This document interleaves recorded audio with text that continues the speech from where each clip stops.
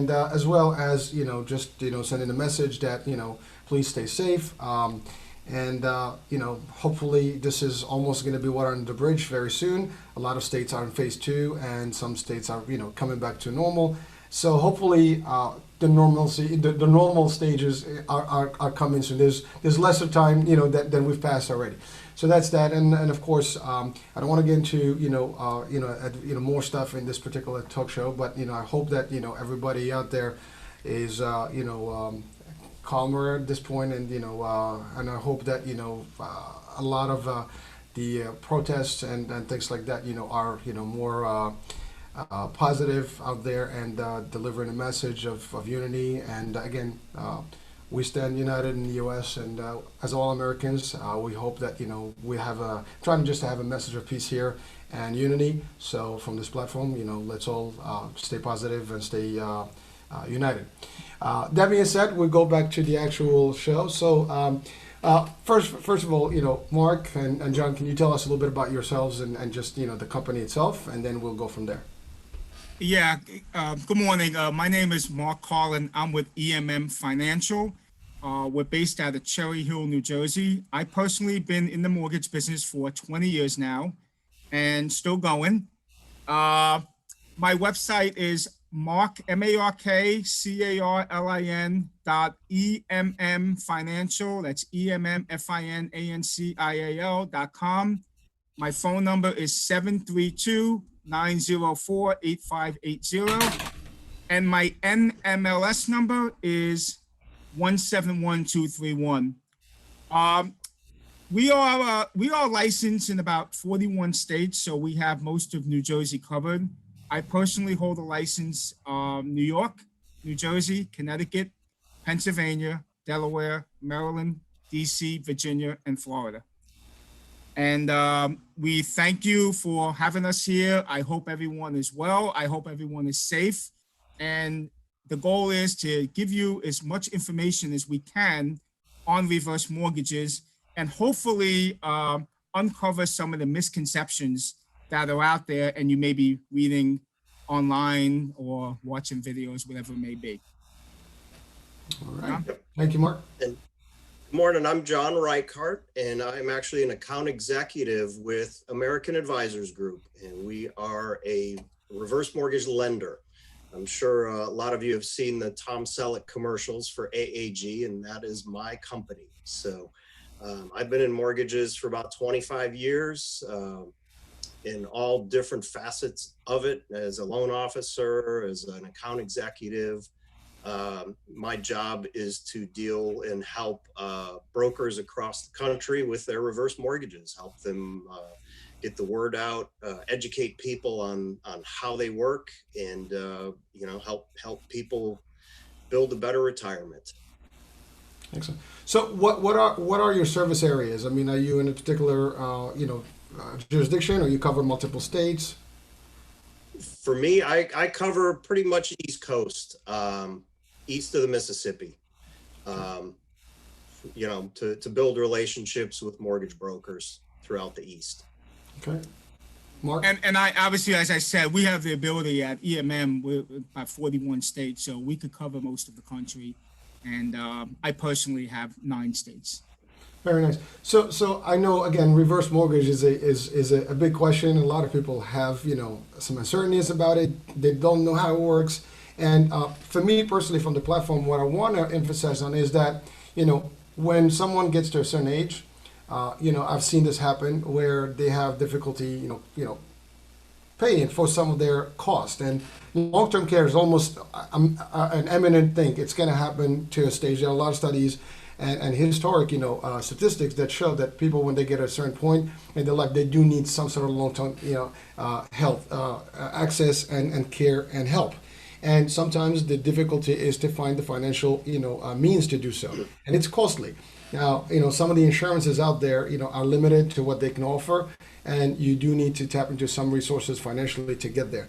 And as I said in the beginning, we've done some of these presentations with seniors, and obviously to try to help them understand how they can tap into their equity and so on and so forth, and get into a program that gives them access to to dollars. And of course, I'm going to leave that to the experts today, for you guys to tell us how an actual reverse mortgage does work and who benefits for it, who's eligible, what are the requirements, and really just if you guide us through the whole process, from A to Z, and how the benefits work, and of course, we talked about some of the concerns and I guess that stigmas or hoaxes that are out there about the reverse mortgage, like something, there's some negativity around it. So we'd like to remove that, hopefully today with your input, and clarify for people that it's a good, valuable option that would work. Maybe not for everyone, but for those that actually see the value of it.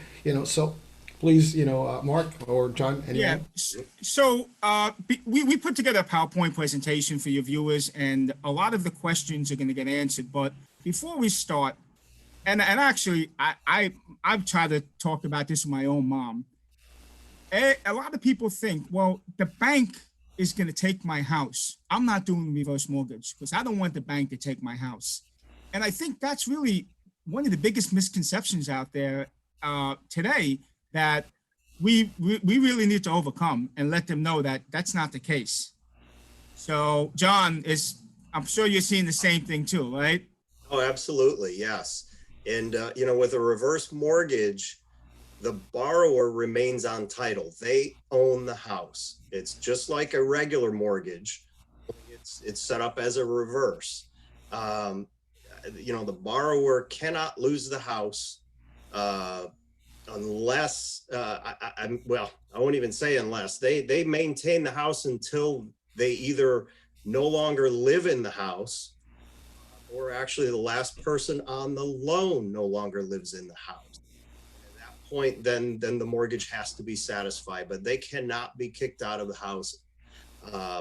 Not for, even if their equity position is negative, if they outlive their life expectancy and they owe more than what the house is worth, they cannot be kicked out of the house. They own that house. So if somebody borrows $200,000 and God willing lives another 50 years, and the house now is worth $300,000, but they owe $500,000, they're really underwater. Yeah. No problem. They can live there for the rest of their life. That's right, for the rest of their lives. Okay. Which is one of the most having to make a payment.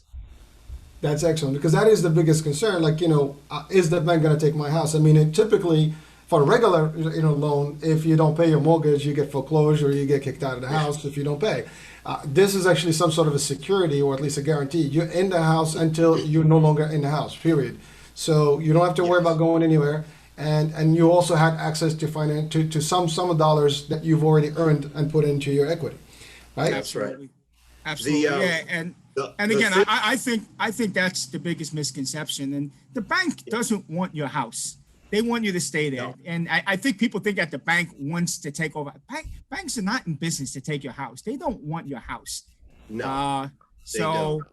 And again, obviously, offline, if anybody has any additional questions, you can contact me and we can have a further discussion offline. But I really wanted to get that out there because I thought it was important. Yeah. And again, a reverse mortgage is not for everybody, but it's for the right person. It really could be a game changer and financially a lifesaver, depending on what their situation is. So yes. I'm going to go ahead and we're going to start this PowerPoint, which should give us a lot of information and answer a lot of our questions. So.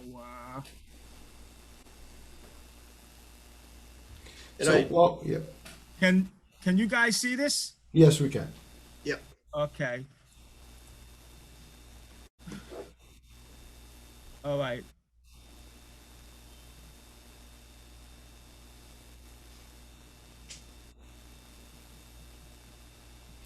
So while we're working on that, so who is eligible, and what are the requirements? Well, I guess that's going to be covered in the presentation.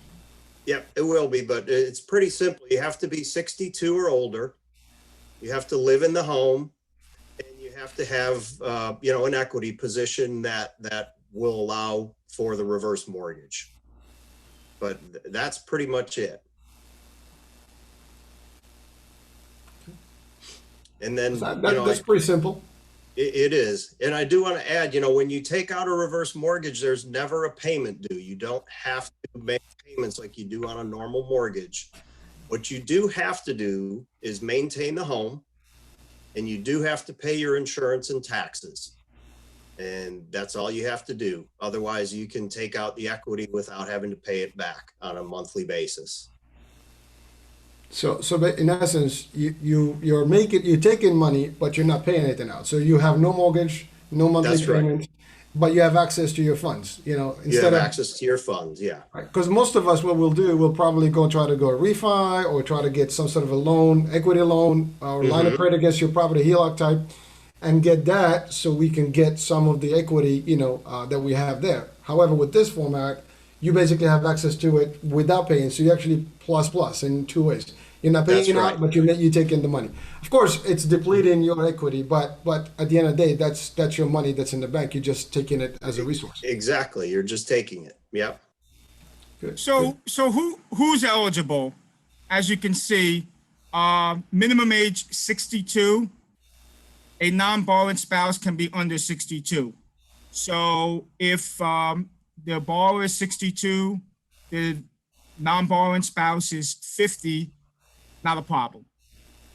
It's going to adjust to the lower of the two ages, but we can still get that done. You must own a home. What if the two people are on the mortgage? So both husband and wife are, or spouses are actually on the same mortgage. Would they still need to qualify at 62 both, or it doesn't matter as long as one of them is qualified as 62? Yep. ahead, As John. long as one of them is 62, they qualify. So now the equity they'll be able to get at will be qualified at the lower age. But both will be on the loan, and both will maintain the same rights to the loan, where, if one passes before the other can still remain in the home until they either pass or have to move out for health reasons. So there is a safety here for the non-borrowing spouse who was younger. I guess back in the day when the borrower passed, the non-borrowing spouse had to leave the house. And maybe that was some of the problems in the past. Today, that's not the case. The non-borrowing spouse can live the rest of their life in the house and not have to be worried about being removed from the house. And I think that's huge. That's a really big game changer for this product. It must be your primary resident. So 6 months and 1 day is considered a primary. It must be your primary resident. And meet the financial requirements of the HECM program. You're gonna check your credit. They're gonna make sure that you're able to meet your other obligations, your taxes, your HOA, your insurance, and just the basic needs. So there is an underwriting process that we want to make sure that you could still afford, although you're not paying the mortgage, you could still afford to keep the house and maintain the house. Very, very important. Okay, getting back taxes and insurance. It's important that the taxes and insurance are paid. This is one of the responsibilities of getting the mortgage. And HOA, if applicable, if you live in a community where you have an HOA, that also must be paid by you. To start, you must complete a HUD-approved counseling session. It can be done in person, online, roughly about 45 minutes. They're basically going to explain to you what we give you to go over to make sure that you fully understand. Again, this is another protection for the borrower to make sure that everything we tell you is true and accurate, and you fully understand that you're getting into a product and you're comfortable with it. We want to make sure you're comfortable. If this is not for you, we don't want you to do it. So it's important that you now have the HUD-approved counselor that's going to be there to help you. Maintain your home according to FHA requirements. Make sure utilities are on. Make sure the property is being maintained. Things are getting fixed like you would do normally by living in your house anyway. Continue to pay the taxes and the homeowner's insurance. That's a must. And part of the financial responsibility getting a loan is to make sure you have the income to pay that. And I know 62 or over, a lot of people get SSI and may have pensions and other things like that. So in most cases, they don't have the problem with the taxes and insurance. Well, that would be a problem anyways if you couldn't do it. I mean, you wouldn't be doing it on the regular mortgage, right? I mean, Again, it's just the same thing as a regular mortgage. You have to pay your taxes and insurance. Sure. Instead of writing a check to the mortgage company every month that most of us do. In this case, you may not write a check at all, or you may actually get a check every month. So it's in reverse. Okay, here's the question that we were talking about before. Does the bank own my home? Mark, we're not seeing the actual flow, so. You can't see that? No, we can see only one page, but we're not tracking with the actual presentation. Do you want me to turn it here? Can you take it over? I'm at number 5. Okay. Give me 1 second. Common question number 1. Number 5. No, hold on a second.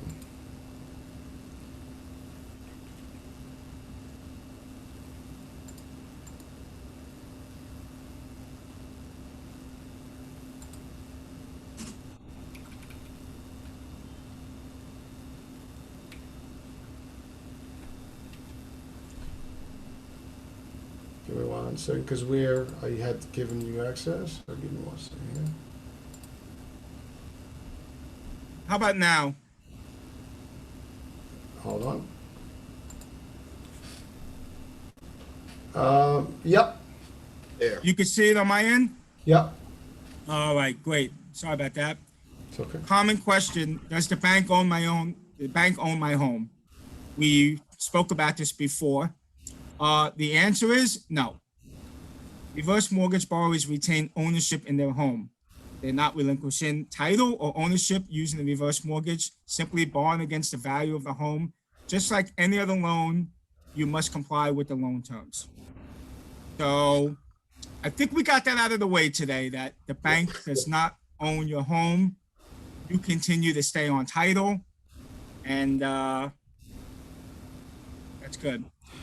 But you, for example, if you wanted, let's say for whatever reason you wanted to move and sell the house, can you still do that and just pay the difference, whatever you. So you borrowed $200,000. You did the reverse mortgage for 3 years. You now owe $230,000. You sell the house for $400,000. We pay the $230,000 off. You get the rest minus closing cost, just like any other loan. Yeah, just like a regular mortgage. All right, so it's good. Yeah. So you're not restricted to anything. I mean, the only thing is really you've taken the value that you have in there, and instead of you getting an additional line that you pay, an additional second mortgage, now you don't have a mortgage in the first place, and you just take the money that is paid to you. That's exactly. Right. And again, there's a lot of people that may not qualify for a traditional mortgage. SSI may be the only source of income, and with a regular mortgage, you must qualify, you must meet a certain debt to income, you must have a job or have enough income. This may be the only way someone can actually qualify for a mortgage. And I see that a lot. This is really the only option out there with, the current lending. And again, for some people, it's a great option. It's a great option. But, Mark, you say something about qualifiers. Now, I know in traditional mortgages, you do need to also have some sort of a credit, level and, debt to ratio, that ratio type of, things. Does that actually apply here as well? So you do have to have a certain score, and you do have to have a certain, percentage credit cards if you did. Because, I mean, someone who may be at a difficult pass, may already be in a bad shape with that as well. So is there any way to help them that way? Hey, John, you want to get deeper into that? Sure. Yeah, a reverse mortgage isn't credit score driven. So we don't really look at credit score. We look at credit history. It's kind of old school where we look at how they pay the accounts they have. We make sure they and verify they've paid their taxes and insurance on time. If they've had delinquencies with explanations, we're okay. Say someone had a medical situation for 6 or 7 months, and during that time they were late on certain things, but we can verify that the time frames match up, and we can verify that situation, then they can still qualify.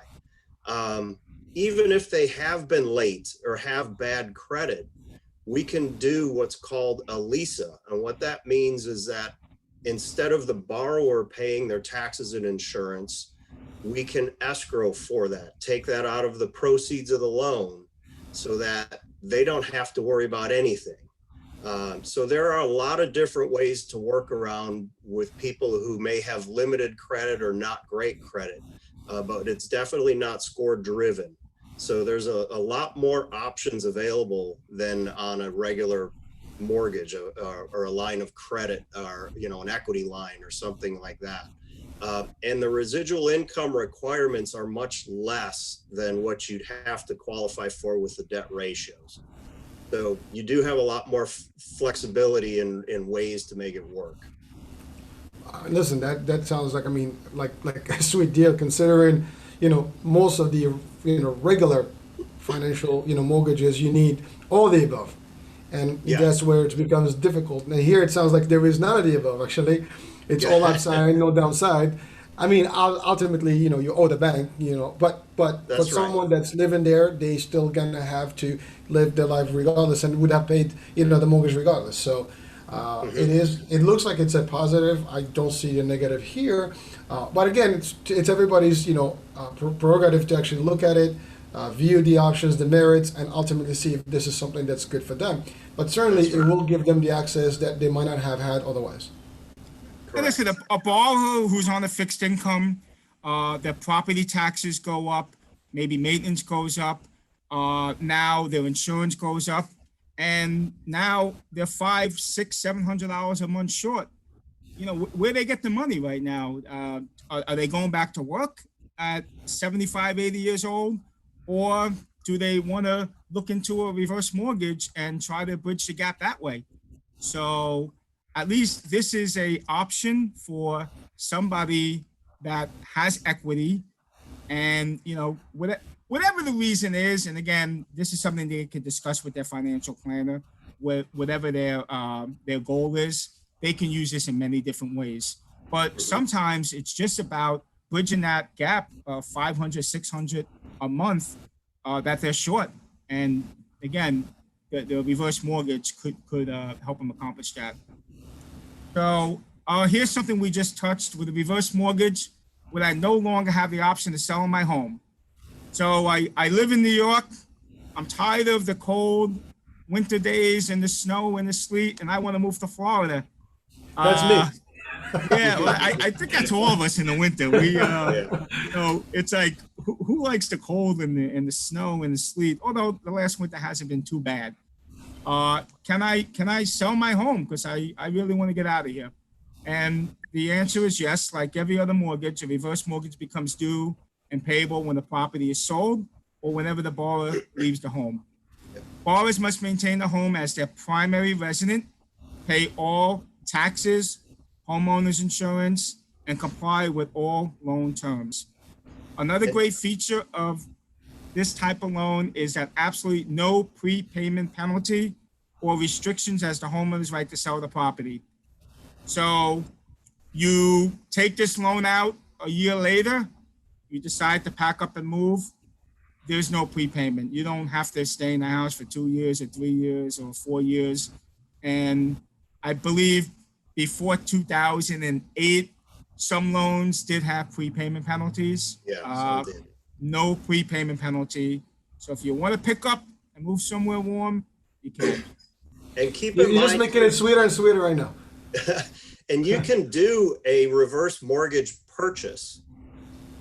Say someone's up in New York and they want to downsize and move to Florida, and they have equity. They sell their house for $600,000, and that's what, they owned it, so they have 600,000. If they want to move and buy a house for 300,000, instead of paying full cash for the 300,000, they can do a reverse mortgage.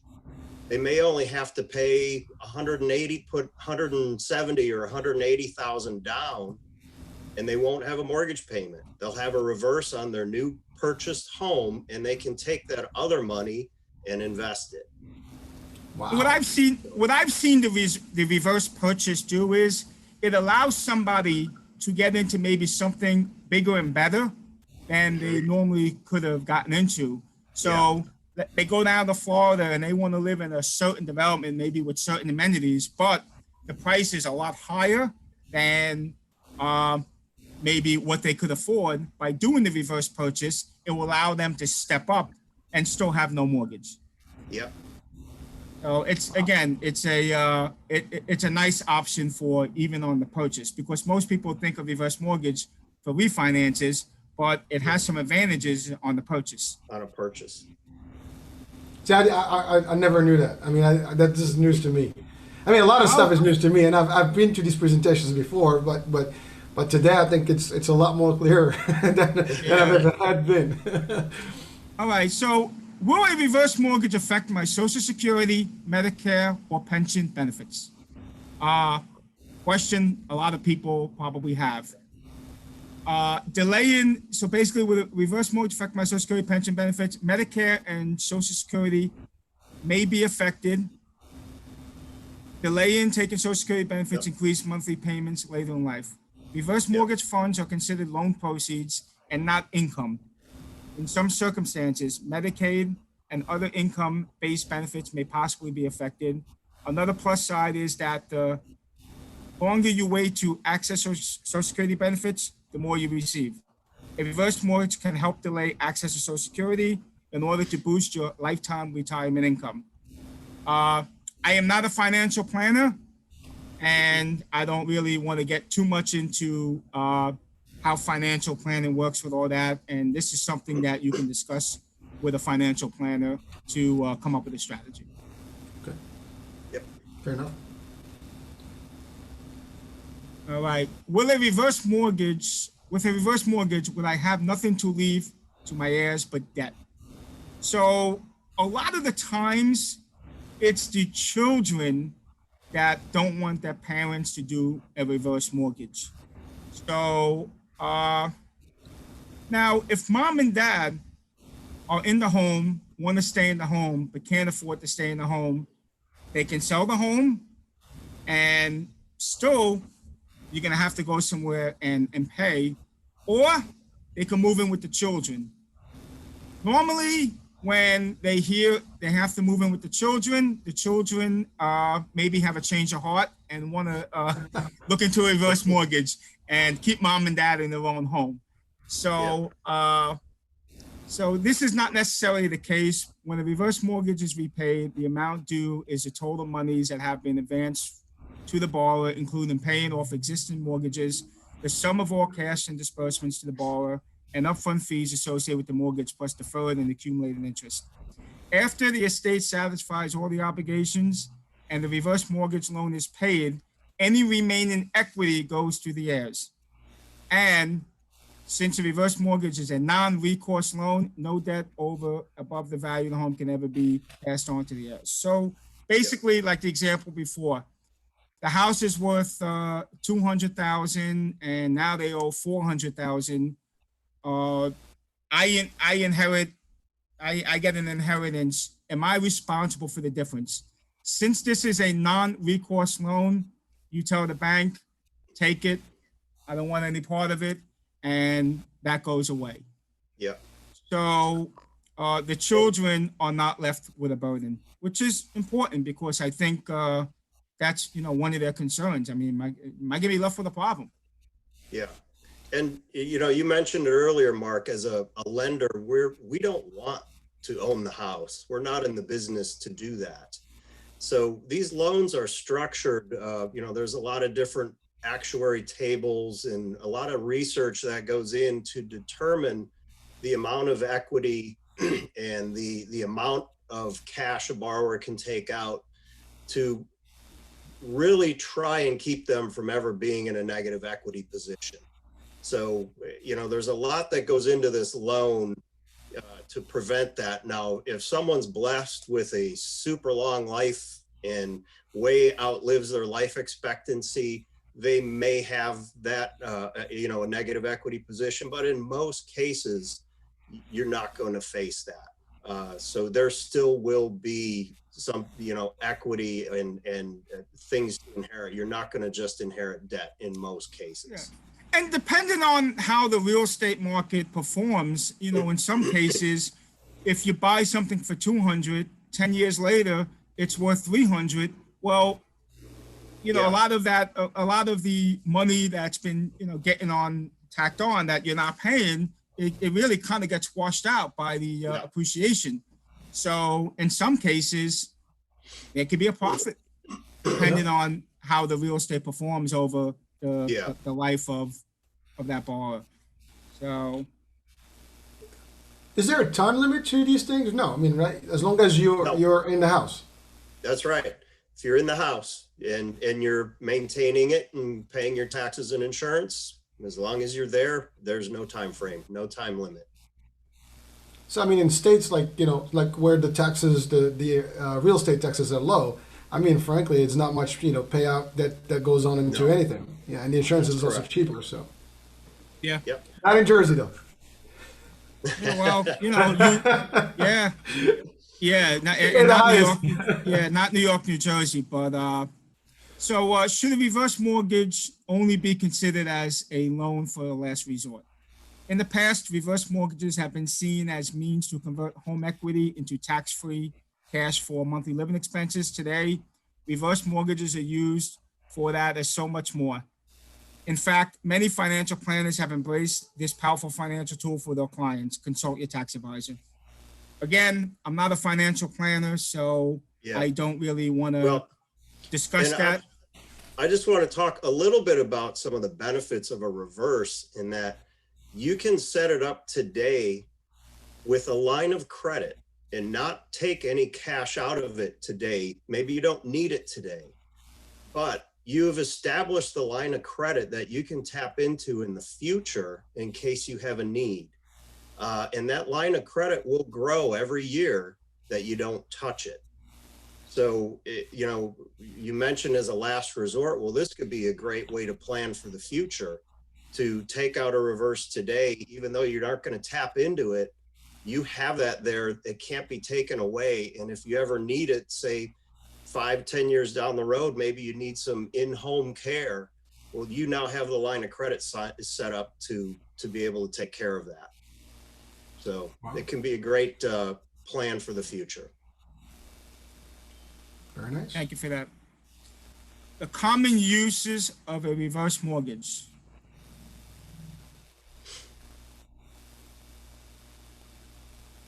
So you can pay off an existing mortgage and eliminate the monthly mortgage payments, which obviously, if your mortgage payment is $1,500 a month, that goes away. Well, $1,500 a month, that's, more money you have every month to spend on other stuff. Take a vacation, do whatever you want to do. Pay the bills, the health bills. Again, invest in long-term care, or again, whatever. It's access to another $1,500, whatever it is that you need to do with it. At least you have it. Borrower must pay the property taxes and homeowners insurance and HOA if applicable, maintain the home, and otherwise comply with the loan terms. So like I said, like any other mortgage, pay your taxes, pay your insurance, pay the HOA, make sure you're taking the house. If the roof's falling off, fix it. This can make your retirement savings last longer. Use a standby HECM reverse mortgage to grow a line. John was just talking about that. Of credit to preserve investment accounts during market downturns, or build a safety net for unplanned emergencies, which happen, things in life that are just out of our control. Home repairs, just like that roof I was telling you about. Roofs, unfortunately, they don't last forever. Wish they did. And healthcare expenses, which healthcare, they just seem to go up and up and up. So And that's really our concern from this platform because, again, from the senior markets and for senior health, I mean, it is really crazy and crucial sometimes to access those dollars to get the care you need and live in their own home versus like finding a hospital or a nursing home or some sort of an assisted living type. absolutely, absolutely. Supplement your retirement income with monthly payments. So a few different ways to take your money with reverse mortgage. You don't have to have any mortgage payments. You don't have to have a mortgage payment. You can get a monthly income. You can get a lump sum, a little bit of both. And again, that's something that we can kind of give you a proposal based on the age, based on what the house is worth, and come up with a plan for you. Supporting aging in places in a place expenses like caregiving and home modifications. Sometimes you may need to modify a bathroom to make it accessible. If you can't get up the stairs, there may whatever the modifications may be in the home, and they're not cheap. So and a lot of people, they want to live their life out in their home. I'm sure most people, if they can, they want to stay in their home. And if there's a way to modify the home where people could stay in the comfort of their own home, this could possibly help fund it.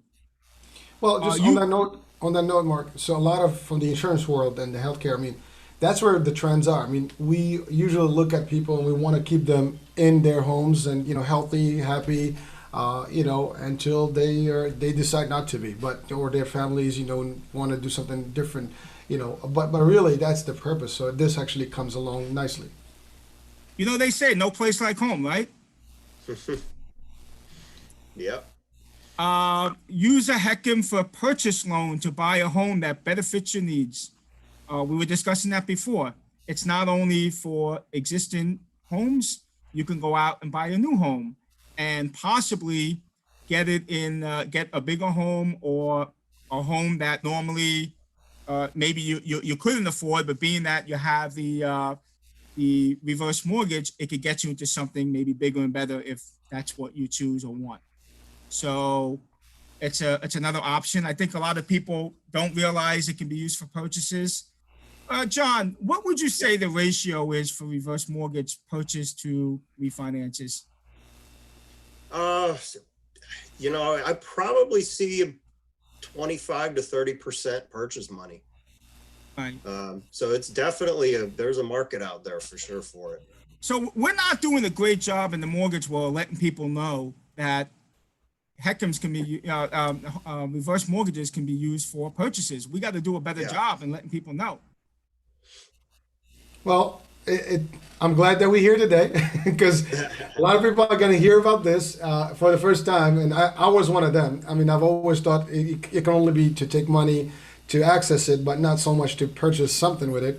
Yeah. So this is actually a very good thing. Now we're coming to the last 2 minutes of the show. And, is there anything that we want to wrap the actual, I guess a message or something? I mean, that's a good message that there is more that can be done with it. Any last thoughts? I think we covered most of what we need to cover, and hopefully we've maybe opened some people's eyes that there are other options out there.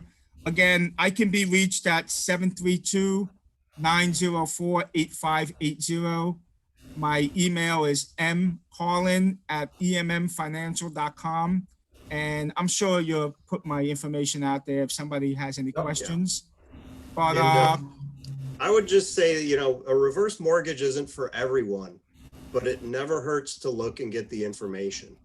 So, if you think it might work, or even if you never thought of considering it, it never hurts to talk to somebody, give Mark a call, and see what he can do. At least look at a proposal and see if it makes sense for you. All right. Well, we're coming to the end. So on behalf of the iHealth channel, iHealth Radio, this is Hurricane Nage. Thank you, Mark. Thank you, John. Thank you. This is great information, and look forward to maybe a follow-up or second sequel of this in a few weeks, maybe, and we can talk. But for Sure thing. you, those of you who are watching, hope that this is actually valuable and that you can use this information for your personal use or your family use. That being said, have a great day. Stay safe out there, Hurricane H, and the team here. Thank you. Thank you. Have a great day. Bye bye now. Bye.